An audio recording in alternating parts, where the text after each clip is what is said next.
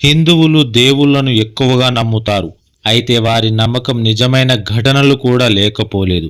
తొలి ఏకాదశి అంటే అందరికీ ఎంతో పవిత్రమైన రోజు.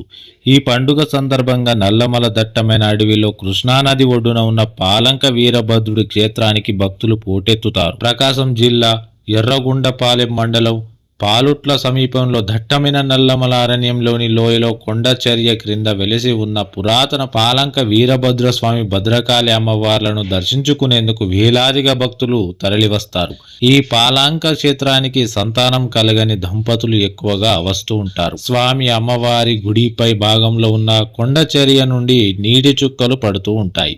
ఆ నీటి చుక్కలు సంతానం లేని దంపతులు అరచేతిలో పడితే ఆ సంతానం కలుగుతుందనేది అక్కడకు వచ్చే భక్తుల విశ్వాసం. ఈ పుణ్యక్షేత్రాన్ని భక్తులకు సంతానం కలిగితే మగపిల్లలకు పాలంకయ్య, పాలం వీరయ్య, వీరయ్య వీరభద్రుడు, ఆడపిల్లలు అయితే పాలంకమ్మ, భద్రకాళి, భద్రమ్మ, సుభద్ర అని పేర్లు పెట్టుకొని ఉత్సవం వేళ వారి సంతానానికి పుట్టు వెంట్రుకలు తీయించడం భక్తులకు ఆనవాయితీ.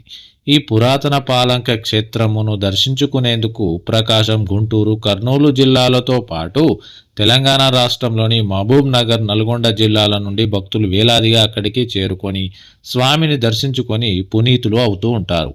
మీరు అటుగా వెళ్తే స్వామివారిని దర్శించుకోండి.